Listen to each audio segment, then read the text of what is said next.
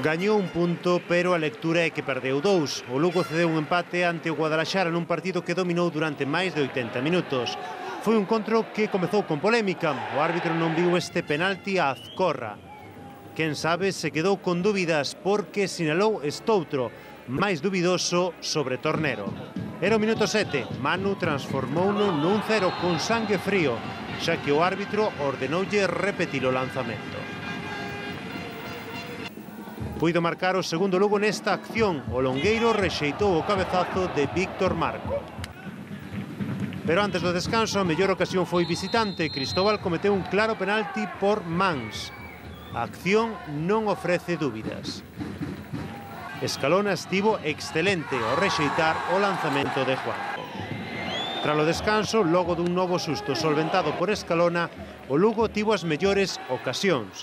Quen sabe se a chave do partido foi a pouca eficacia dos blanquivermellos en accións de superioridade numérica. Nesta non atina Marcos Rodríguez.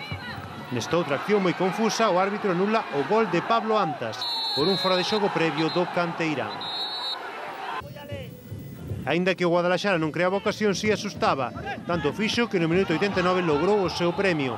O centro é de Ernesto e Iván Moreno gañalle as costas a defensa local para marcar cun perfecto testarazo. Os alcarreños evitaban a derrota sobre o límite e obrigaban o Lugo a un forzado exercicio de optimismo.